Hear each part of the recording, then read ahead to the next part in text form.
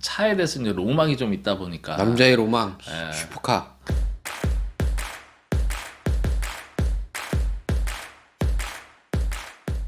문제를 남겨주시면 답은 저희가 찾겠습니다. 5월이면 항상 이제 개인 사업자분들이 이제 종합소득세 신고 때문에 많이 바쁘시기도 하고 이제 많은 물음들이 있죠. 네, 뭐 개인적으로 개인도 있고 법인이 있다 보니까 개인 거 할 때는 부자인데요. 사업자가 많다고 부자일까요? 그런 거 아닌가? 일단 그러다 보니까 항상 이거 제대로 신고해 주는 거 맞나? 왜 이렇게 세금이 많지라는 의문을 우리 박세무사에게 가져요. 믿으십시오. 네. 일단 여러분들도 이제 맡기시는 곳에 믿어야겠지만 네. 그래도 혹시나 꼭 체크해야 될 부분이 있습니다. 이제 업무용 승용차와 관련해서 없던 규정이 생기기도 했고 계속 네. 개정이 되고 있는 내용이 하나 있는데 이제 핵심은 개인 사업자 같은 경우에는 기존에 이제 업무용으로 승용차를 타면 비용 처리를 해줬단 말이죠. 그렇죠. 그래가지고 이제 뭐 전문직들 같은 경우에는 네, 이제 뭐 단편적으로 의사분들 같은 경우에는 이제 고급 승용차도 차가지고 비용 처리하면서 네. 뭐 리스가 싸니 렌트가 싸니 뭐 이러면서 여러 가지를 이제 활용했는데 이제 거기에 철퇴를 가하는 일이 2022년 1월부터 이제 좀 개정이 되면서 생겼는데 어떤 내용인지 한번 좀 간략히 설명해 주시죠. 이게 이제 어떤 내용인지 설명하기 전에 왜 꼭 철퇴를 차에다 가하는지 그걸 잘 모르겠어요. 차에 억한 심정이 좀 있나? 이게 보통 사업자분들이 이제 다 그런 건 아니지만 차에 대해서 이제 로망이 좀 있다 보니까 남자의 로망, 예. 슈퍼카. 그래가지고 나도 한 대 갖고 싶다. 비싼 차를 이제 네. 구매하시는데 이제 그거를 이제 비용 처리까지 해가면서 개인 용도로 쓰면서 이게 업무용이다 이렇게 해가지고 조금 혼란이 있다 보니까 이제 철퇴를 가하는 것 같은데 네. 빨리 본론부터 얘기해요. 일단은 이 서사를 좀 알아야 되는데 일단 법인차로 시작된 겁니다. 그렇죠. 그래가지고 막 뉴스 나왔잖아요.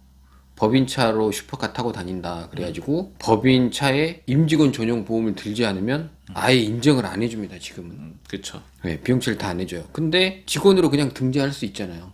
그렇죠. 그래갖고 등재해갖고 타고 다니니까 지금 말 나오는 게 그거예요.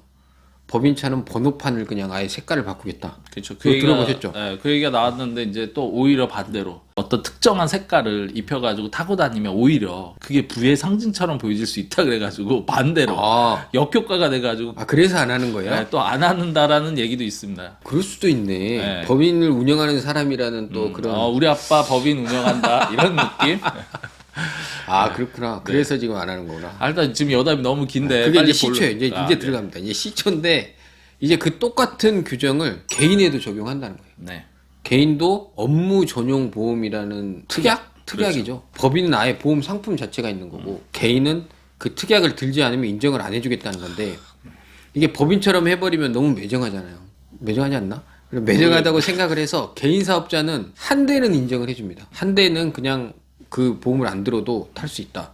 왜냐면 자기 차를 와이프가 탈 수도 있고 아들이 좀 탈 수도 있고 그렇잖아요. 네. 차가 한 대니까 한 대. 법인차가 아니라 내 차니까.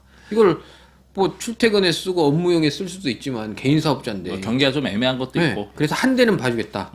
근데 두 대부터는 이제 인정해주지 않겠다는 겁니다. 그렇죠. 개인 사업자 중에서 이제 2대 이상의 차량을 소유한 분들이 두 번째 차부터는 네. 업무용 특약을 써야 된다라는 게 첫 번째고요. 맞습니다. 그다음에 이제 이 개인 사업자가 누구나가 해당이 되는 건 아니잖아요. 맞습니다. 네, 그 개인 사업자 기준 한번 말씀해 주시죠. 복식부기 의무자부터는 조심하셔야 돼요. 근데 지금 현행은 사실은 성실신고 사업자랑 전문직은 해당이 되고 있어요. 네. 내년부터 복식부기 의무자면 전부 다 해당이 됩니다. 그렇게 알아두시면 되고 이제 말씀하신 복식부기 의무자라는 게 뭐냐? 이제 장부 작성하는 사업자를 복식부기 의무자라고 하거든요.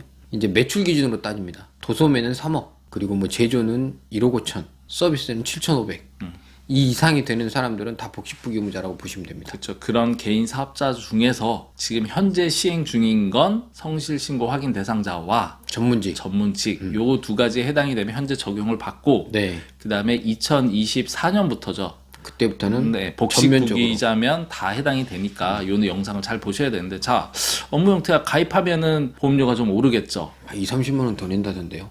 그래요. 이 대상자 분들이 해당 특약을 가입하지 않은 두 번째 차량을 갖다 소지했을 때 이거를 비용 처리를 안 해주겠다 네. 하는데 어떻게 지금 기준이 있을까요? 일단 한 대는 되는 거고요. 성실신고 확인 대상 사업자고 전문직 같은 경우에는 한 대 초과하면 가입하지 않으면 50%만 인정을 해주고 있거든요.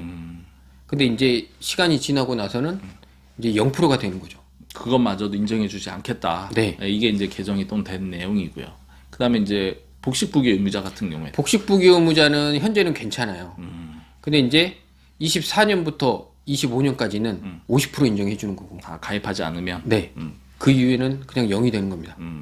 결과적으로는 뭐 이제 1년 뒤, 2년 뒤 뭐 이 정도의 차이는 있기는 한데 해당 특약 가입하지 않으면 비용 처리가 부담이 생긴다는 얘기인데 여기서 차량에 대한 이제 뭐 비용 처리 이외에도 유류비라든지 이런 것도 인정이 되지 않는다. 이렇게 맞습니다. 하는데 예. 영상을 마무리하기 전에 많이들 질문하시는 내용 한 가지 네. 조금 질문을 드려볼게요. 개인 사업자분들이 업무용 승용차로 차량을 쓰면서 이제 비용 처리를 하잖아요. 그렇죠. 근데 비용 처리를 하다가 사업을 정리하면서 네. 기존에 못 받았던 비용 처리가 남아가지고 이건 어떻게 처리하냐 하는데 이거 질문 자체도 사실 좀 네. 어려운데 네. 요거에 대해서 좀 정리를 해주시죠. 일단은 그 감가상각 한도라는 게 있어요. 네. 업무용 그 차량에 대해서 예전에는 뭐 그냥 5분의 1로 해서 다 해줬었는데 뭐 1억짜리를 사면 2천, 그쵸, 2천, 그쵸. 2천 이렇게 해서 다 비용 처리를 해줬는데 근데 지금은 한도가 그냥 800이에요. 너무 과하다. 그래서 800을 넘는 거는 비용 처리를 나중에 해놓은 걸로 넘겨놨거든요.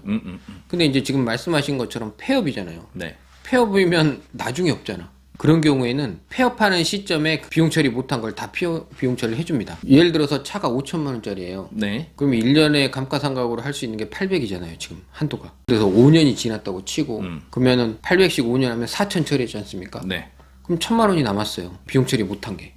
이 부분은 폐업을 하는 그 시점에 1,000만 원을 그냥 비용 처리를 해준다는 겁니다. 이 얘기가 조금 네. 어렵게 들리실 수 있는데 기본적으로 이제 고가의 차량을 사시게 되면 감가상각비 한도가 존재하다 보니까 비용 처리에서 모자란 부분이 있다, 남는 그렇죠. 부분이 있다. 네네. 그런데 이거 걱정하지 마셔라.